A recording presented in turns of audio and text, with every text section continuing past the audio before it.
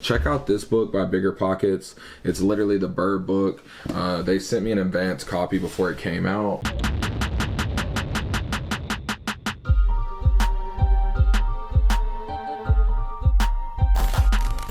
What's up, guys? Welcome back to the channel. My name is Derek, aka Flipping a House, and if you're new here, we talk real estate, financial literacy, and just how to get better. But today we're going to be diving deep into the BRRRR strategy. What does BRRRR stand for? How does it work? And it doesn't matter if you're a new investor or experienced. I've done almost 10 of these different BRRRRs, and I know how to do it the right way, how to do it the wrong way. And on top of that, I'm going to pull back the curtains on a recent BRRRR refinance that I just completed about 2 weeks ago and go over the actual in-depth numbers, talk about what went right, what went wrong, and show it to you all, guys. So stick around, it's going to be a good one. Now, starting with the basics, if you don't know, BRRRR is just an acronym for a real estate investing strategy, and it just stands for Buy, Rehab, Rent, Refinance, and Repeat. Now, this is just a strategy that allows you to leverage other people's money and stack your rental portfolio very quickly. And usually the only two requirements are really a good deal and good credit. And if you need to know about those, just check out some of my other videos. But let's get into the meat and potatoes of what the BRRRR strategy is and what it looks like. Now, I'm going to be moving pretty fast through this video, and I'm going to be giving you a lot of information as there's only so much I can cover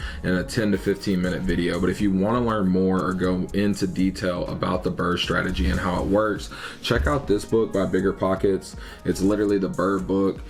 They sent me an advance copy before it came out, but it's a great book. I read it myself, even though I was already doing the BRRRR strategy. There's a lot of nuggets and tips in there, but let's break it down, right? So let's start with the B, right? You have to buy a property to get in the game. And if you want to know how to find and source off-market properties, I have plenty of videos on that, but this deal in specific was bought from a wholesaler, which is a person who just gets a property under contract and then sells their rights to that contract.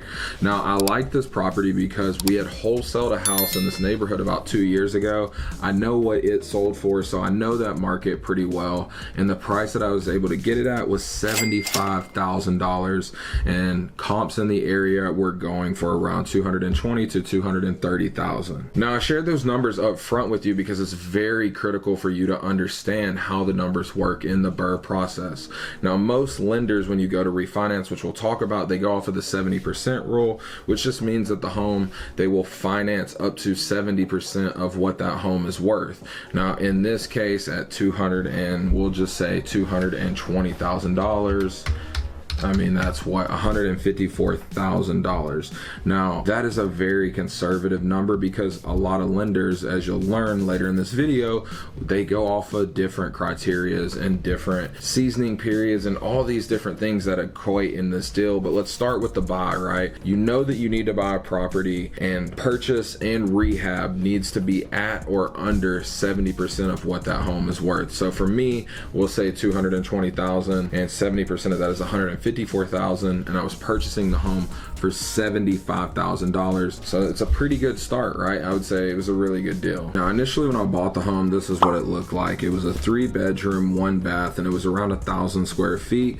But I knew when I bought the home that I wanted to turn it into a 4-bedroom, 2-bath. Now, once again, we want to find off-market, deeply discounted properties that typically need love, and because of that, we can add value. So like I said, I was going to turn this 3-1 into a 4-2, which essentially that's what we did. And that brings me to my second part, which is rehab. Now, once you've bought the property, whether that's with private money or hard money, you know, you've purchased the home, you know, you own it. That's the most important part. Now we're moving into the rehab. We found a really good contractor that's going to work on the home. They're going to do the changes to bring it up to that 2022 standard or that current day market, depending on when you're looking at this video. Now, for me, I knew it was going to be a little bit expensive because, like I said, I was looking to get rid of the garage and add a bedroom and bath, making the garage a master suite and turning this home into a 4-bedroom, 2-bath. Now, to do so with my rehab, with materials and everything that I did to this home, I spent around $63,000 on that. Now, on top of the $63,000 that I spent, I also ended up spending an additional $4,000 from various items such as insurance, appliances, a couple make-ready things, electricity, you know, just little things that add up. So that brings me all in all to around $67,000 that I'm all in on this property.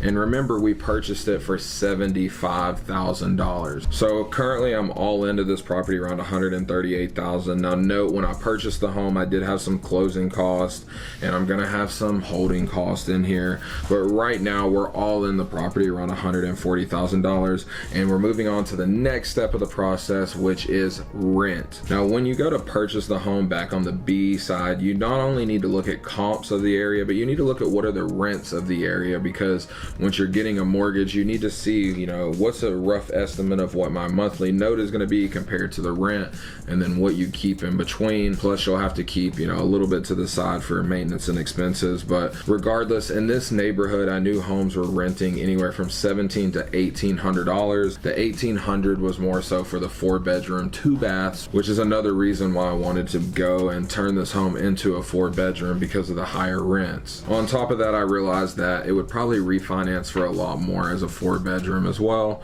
So we went out and we found a tenant. My wife is a realtor, so she listed the home on HAR, the MLS, and eventually we had a few candidates. And I think it's very important to note that you should take your time on finding a good tenant, because if you try to rush and put someone in there, you're gonna find out a lot of times it doesn't work out, and it's gonna end up costing you more money down the road. So even if it takes you a month, I've even had it take 2 months just to find that right tenant, because these people are gonna be staying with you for a year, 2 years. Sometimes we do 3-year leases.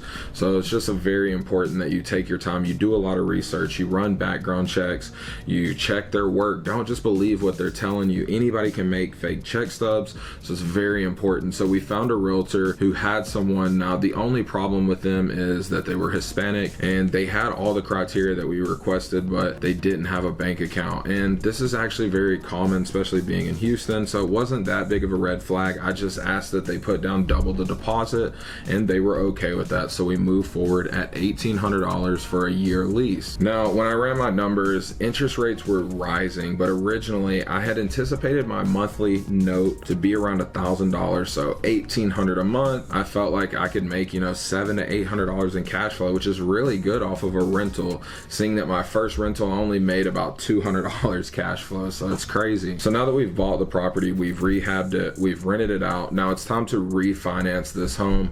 And I think it's very important that we spend a little bit of time here, because there's a lot of factors, and I want to tell you guys some of my experiences from the bad and the good, and what I've learned, you know, doing a refinance traditionally with a long-term lender versus a non-QM long-term lender, and what that means and what that looks like for you. Now, as a quick refresher, if you haven't seen some of my other videos, typically when you refinance, you would use a bank, you know, a local federal credit union, or somebody that would have really good interest rates that you could refinance with long-term, or you could go the other route, which is a DSCR, or non-qualifying mortgage. They call them non-QM, meaning that the refinance process is just based off of the actual deal, the numbers, and your credit. Now, the reason that we started leaning more towards the non-QM, the DSCR loans, is mainly because it's a lot less requirements.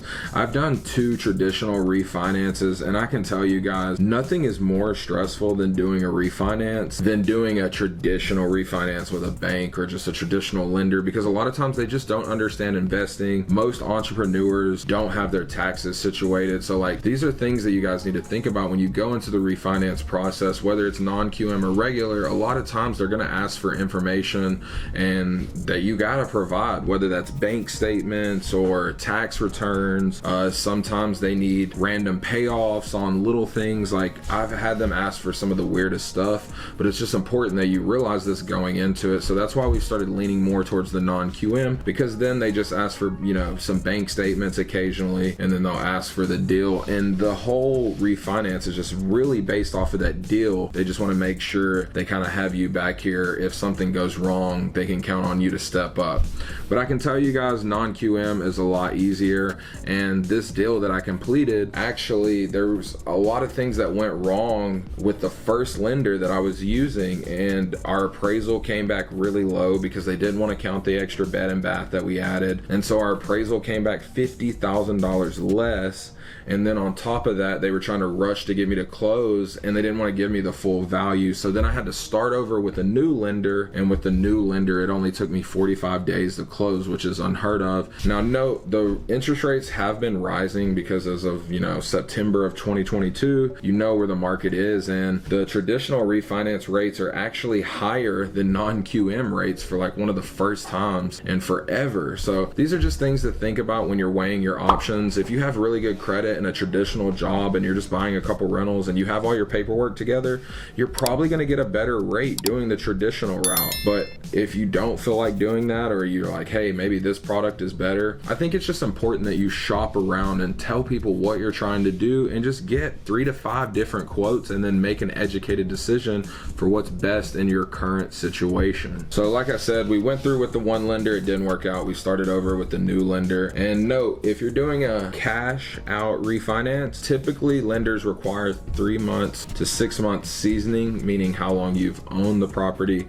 So that's something to think about when you're running your numbers and you don't know, is this going to work out, because you have all these extra holding costs. Maybe you finish the rehab early and then you just rent it out to cover some of those costs. It really just depends on if you want to leave equity in the deal or not. We do it on a case-by-case basis.